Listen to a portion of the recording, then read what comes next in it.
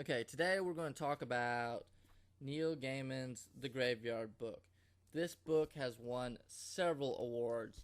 It's won the Newbery Medal Award, it's won the Hugo Award for Best Novel, the Locus Award for Best Young Adult Novel, and those were all in the year of 2009. It's by an award-winning author, Neil Gaiman, who has won several awards.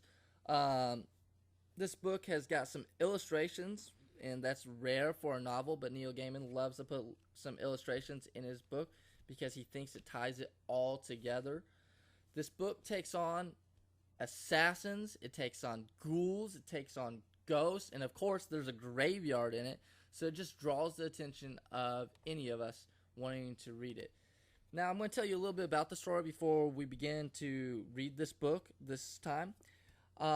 It's going to take place in a graveyard, so that's our setting. The time period is going to be kind of today society of time.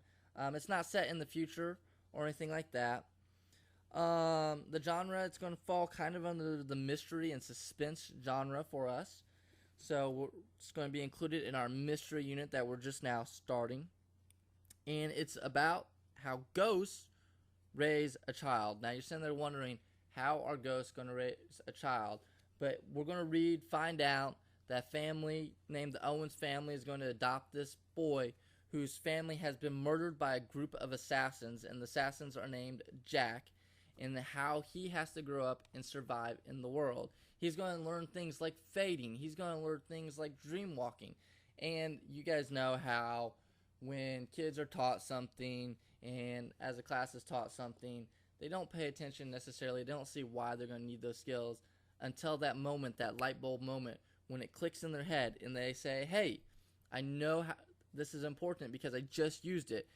And we have those moments in everyday life. Coaches, as a coach, I see it all the time. The players turn to me and go, Coach, I used that skill just like you talked about, even though they thought they would never need to use it until they get in that situation.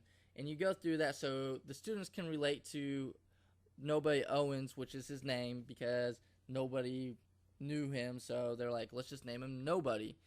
And he has to learn all those things. He eventually leaves the graveyard, which is one of the worst things he can do, but also one of the most beneficial things he can do, because the assassins are still out there and they want to kill him. So throughout the whole story, he has to avoid certain situations without being noticed by this group of assassins. And his guardian, which is this mysterious figure that's neither alive or dead, is looking after him and bringing him some food. He's not technically a ghost, but he's in the graveyard. He's like this super being, and he's warning Bod about all these things, and he's like, you gotta stay unnoticed. And of course, the story's plot thickens when Bod gets noticed at a school for trying to help a kid out. So Bod has to get out of that sticky situation. He has to use some of the skills that he's learned. And then eventually, of course, you know that a story's got to have a conclusion.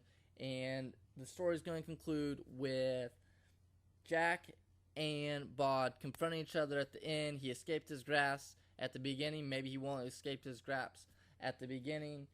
This book is thoroughly enjoyed by everyone, I believe. It's got fabulous reviews on Amazon, and it will make a great book in my classroom for any grades. I would say 4 to 8th grade on into high school. I wouldn't go much lower because it does have a murder in it, ghosts, supernatural things, and kids younger may not take kindly to that. I just couldn't put this book down. It grips you.